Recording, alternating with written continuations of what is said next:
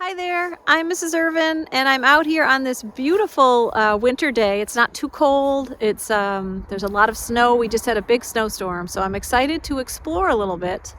And today I'm interested in the trees. So first of all, look behind me. There's a little mini forest here, and I'm wondering if you notice anything about the trees. And the first thing that I thought of when I got out here is it's really interesting to explore a little bit. There's two different kinds of trees. Well, there are many different kinds of trees, but two different big types. One are the ones that lose their leaves in the fall, and we call those, it's a real big name, you don't need to know the name, but they're deciduous trees. And then there's another group that are evergreen trees, and they stay green. They still hold on to their needles, and so in the wintertime we can still see them. They look very similar to how they look in the fall and in the summer. Today I'm interested in learning more about the ones that lose their leaves. So I'm going to take a little walk out here. I've got some snowshoes on. You can do it with boots. And I'm going to just take a closer look. I'm going to zoom in a little bit and I'm going to explore some of these trees. And I'm going to actually look up at Big Tree. I've talked about that tree that's in my yard. And I'm going to explore a little bit and learn as much as I can about these trees.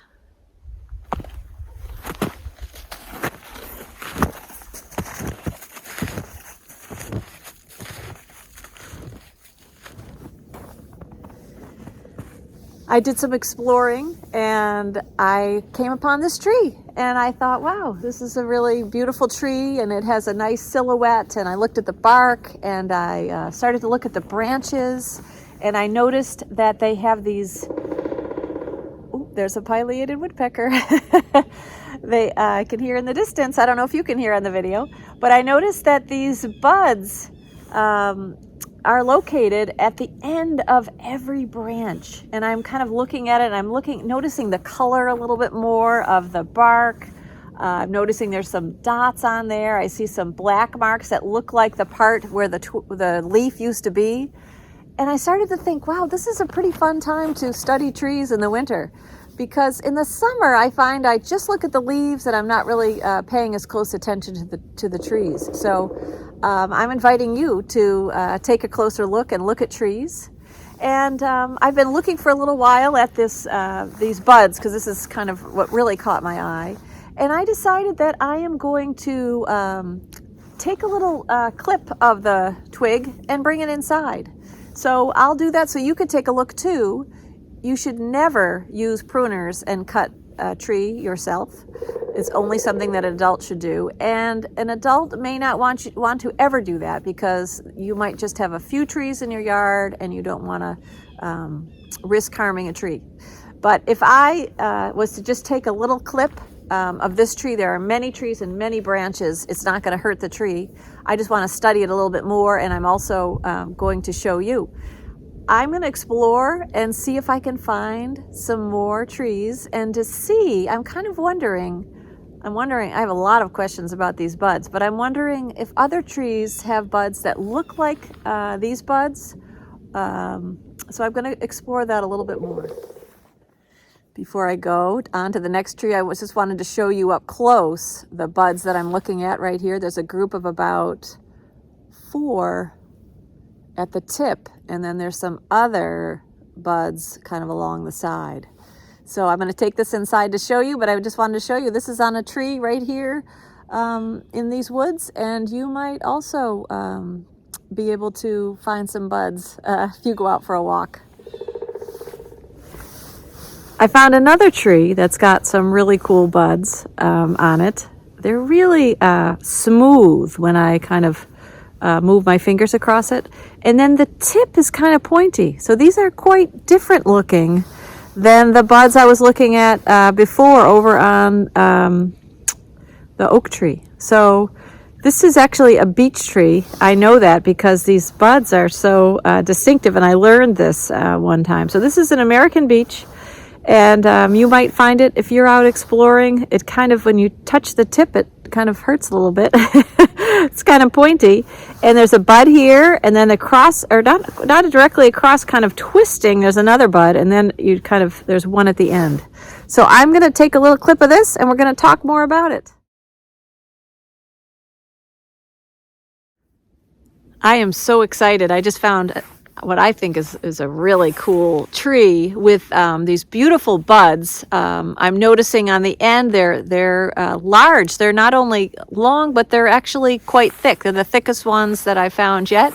There's some smaller buds that kind of go along the twig here. And then there's this little kind of a scar right here, this white scar that's almost like in a shape of a monkey face or something. It's just kind of cool. And there are these long lines, white lines along the bark as well. So I want to learn a little bit more about that. I see the bark is very shaggy. This is from a shagbark hickory tree. I don't know if you've ever seen it. It's got bark that's kind of looks like it's peeling off. So as a scientist, I'm always looking for patterns. I like to compare things. So I hope that we can discover a little bit more. I'm excited. I've found 3 cool trees. I'm going to just keep going. All right. I had a great time outside. I found a lot of different twigs from many different trees, actually 7 different trees. And what I did was I made a display here, which I want to show you. It might be hard to see. But as a scientist, I like to label things. And so I have my twig. This is actually from a white ash tree. You can name yours number 1 or number 2 or whatever you would like to name it, or tree in my front yard. But I have a little personal mission to try and learn the trees in the winter. So I've worked on that a little bit. So I've got a label, I've got my twig, I've got a whole table filled with them. And what I'm going to do is sit and observe and draw and write and maybe do some measuring. I've got some tools here. I've got a ruler, pencil, different kinds of paper, some lined paper, a clipboard. I even have a book, Nature in Winter. So I'm going to just take some time and learn what I can, and I will be back to share what I learn in a little bit. After comparing the different twigs that I found, my next step was to take a closer look, as I have found that when I observe, draw, measure, and write about something, it helps me to learn a lot more. So I'd like to share my drawing with you. This is my nature journal page right over here. And this is the twig that I was observing more closely. This is the shagbark hickory twig. So I just wanted to model or show for you how I set this up. I also have some exciting things that I learned. So I just want to talk a little bit about the twig, and I'm going to teach you some new words that you may not have heard before. Teaching them to you because I think they make the story fun about how this twig changes over the seasons. So just listen and don't worry if you're not remembering the names of things. Sometimes it's just kind of fun to hear about them, and when you're older in high school or college, you might learn these terms or these words, but I think it's good just to hear them when you're younger. So here I go. Even on this one twig, taken from a larger tree, there is so much to see. Scientists call this bud at the end of the twig, right here, right at the end, the terminal bud. And I've got it drawn over here on my nature journal page, and I actually labeled it. That's what I do when I make label diagrams. Terminal is a word that means the end of something, so it's right at the end of the twig. You might get to a train terminal that is at the end of the train's route. These buds have scales on them that protect that bud. These buds hold the beginning of next year's growth, or actually it's going to be this year in a few months. This bud will open up once things warm up and water can move back up through the tree. This bud will open up and start growing and lengthening. Now, one thing that is interesting is that you can see where last year's terminal bud was. It is right here where there is a narrow band of dark markings. These are called bud scale scars. This is were the bud scale scars. I drew it on my drawing right here, and you might be able to see some on your twig if you look really carefully. The distance between the new terminal bud and where the old terminal bud was shows 1 year's growth. So this is where it grew all last summer. So I actually was interested in seeing how much it grew, and for this shagbark hickory, it was 19.5 centimeters. So from here to there, I actually took a string, because it's kind of curvy, and I used this string and I measured this distance, and then I used my ruler to calculate that it was 19.5 centimeters of growth. You also can see the growth from the year before, 2019, is right here. So I've also labeled that because I think that's kind of interesting that there is kind of a whole kind of mystery that's, you can look for clues and you can tell the story of this tree. There are also buds that are on the side of the twig. These are called lateral buds. Lateral means to the side. So you've learned a couple new words. Terminal is at the end. Lateral buds are on the side of the twig. These buds hold the leaves and flowers that will open up in the spring.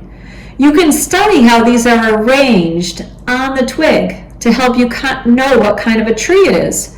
For example, this tree, the shagbark hickory, has buds that are kind of alternating. One's over here, and then it alternates over here, and then it's kind of over there. So it's arranged in an alternate fashion. Here's another one that I found. This is the white ash, and this one has buds that are opposite of each other, so they're not alternate. If you find one on one side, there's going to be one on the opposite side. So this is a whole different tree, and there's different species of trees, different kinds of trees, and there's patterns you can notice and how the buds are arranged.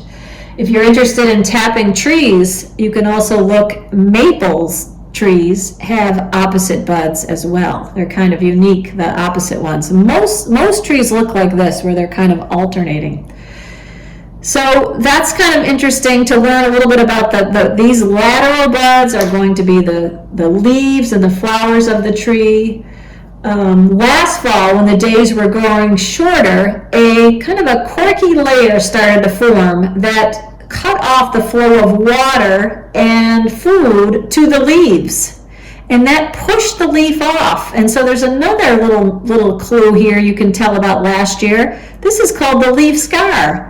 That's where the leaf was last year. So you can see it on my sample right here. That's the leaf scar, and it's kind of a cool shape on this species. It's actually different for different kinds of trees, but I loved it so much I did a little zoom in. So this sign means to zoom in, and right here, so I enlarged it so you could really see it there, because I thought that would be fun. And these are called bundle scars. These are like the veins of the tree. This is where the water and the food traveled from the twig out to the tree. So they're almost like little straws that were kind of cut off. So that's where you can also see where the water and food was transported from the leaf down into the tree and back. That's where it kind of moved. So that's another exciting thing to see. If you look at the bark right here, there are these white markings on this one and on this hickory, and these are called lenticels. And different kinds of trees have them, but they also look different on different kinds of trees. So without even seeing the leaves, someone can learn what kinds of trees there are by just looking at all of these little signs. So on the shagbark hickory, they work at these kind of lines, so I put that on my nature journal page. So hopefully when I go outside again, I might be able to tell that this is a shagbark hickory tree before the leaves even come out. So I thought, I made my nature journal page. I put a title, I put the date, I put where I found this twig, I put my name.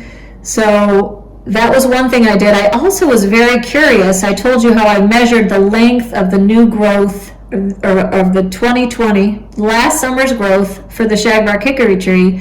I had that whole collection of twigs. I measured them all, and I made a table where I put that information. That's another thing scientists do, is that they use their tools to not only look with their eyes, but sometimes they measure things and they record that information so they can look for patterns and make discoveries about what they're observing. All right, let's back up a little bit and think about how a tree actually grows. We've been looking at twigs and thinking about what's inside the twigs and what's happening with these twigs, with what's inside the buds, what's going to happen in the next growing season.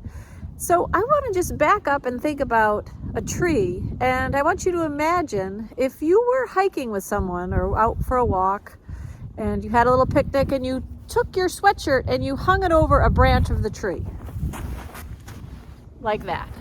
So I've got my sweatshirt there, I have my little picnic, and then I walk on and I leave it there.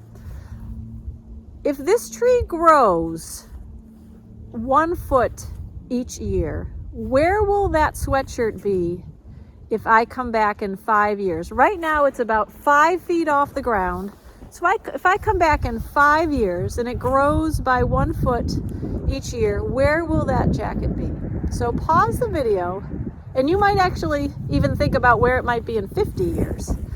Pause the video and talk about it with somebody. Where will that sweatshirt be if I come back in 5 years and the tree grows by 1 foot each year?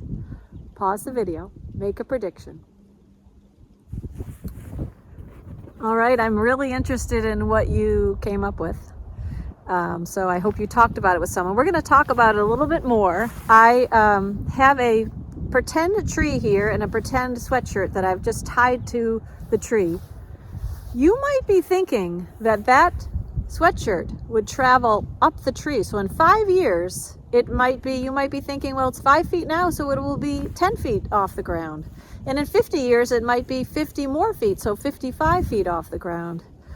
And I'll show you a model of if that was happening, it might look like something like this, where it's just continually going up and traveling up and up as the tree grows. But actually, a tree doesn't grow that way.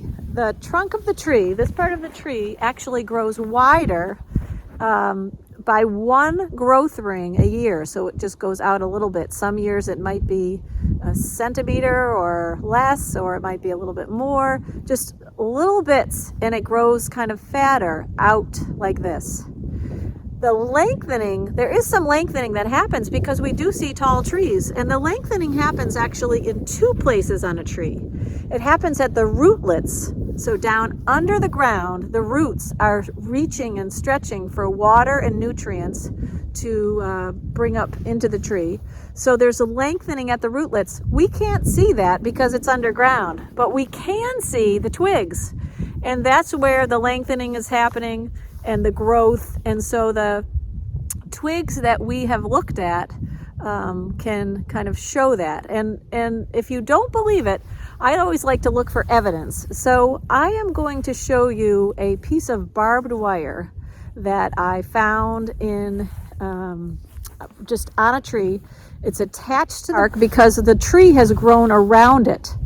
And that barbed wire was probably put in this spot maybe 100 years ago by a farmer, because much of this land in New Hampshire was actually used for farmland 100 years ago, or even longer ago. And so it was all cleared, and there were sheep and different animals, and there was barbed wire all over the place to keep the animals into the pasture. So when the trees grew around the barbed wire, they did not bring the barbed wire up with them. So the barbed wire is in the same place, and so that shows that the tree is growing out wide, out around things, and it's not bringing that barbed wire up 50 or 100 feet up into the air. So that's the evidence that I found for how a tree grows. All right, I've had a lot of fun with my twigs that I've taken from the outside. I've done some sketches, I've done some nature journal pages, I've taken some photographs, I've measured them, I've done a lot of different things to learn as much as I can about them. But I have one final step, and this is not anything you need to try at home, and if you do, you should ask your parents about it. But I'm interested in whether,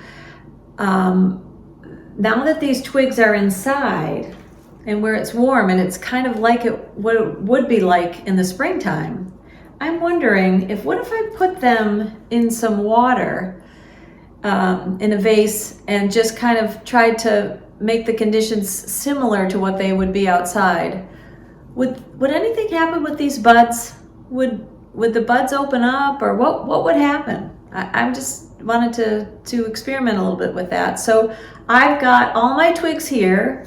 I've got some labels. I'm going to label them so I know which is which and put the date on it. That's what scientists do. They really keep accurate records of what they're doing so that when they go back, they don't just try to remember. They really have an accurate record. So that's what I'm going to make some labels.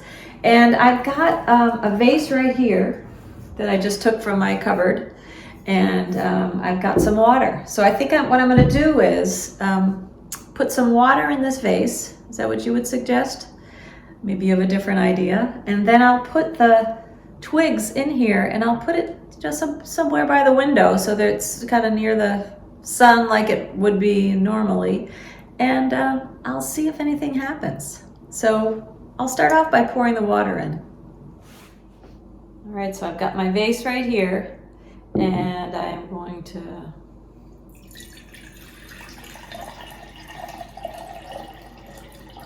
add the water. I guess just do about an inch or so from the top. It's probably going to be enough. Making the labels. I'm starting with my favorite, the shagbark hickory. I'm putting the date, February 11th, and I'm going to take this label, and you can use tape if you choose to do this. You don't have to do it. But I'm going to just put this, I guess, right up here. And so I've got the label, I've got the date on it, and then I'm going to put it right in my vase. And I'll take the other ones, I'm going to add labels to those, but I'll just show you how I'm just going to put them all in. You can use any container that's, oh, I think I might trim this off so that it can fit. But I'll just put them all in here, and I will see what happens. And I've got a clipboard I'll leave right next to it, so if I want to make any drawings. And I think I might just check in maybe once a day and see what happens. So I'll let you know.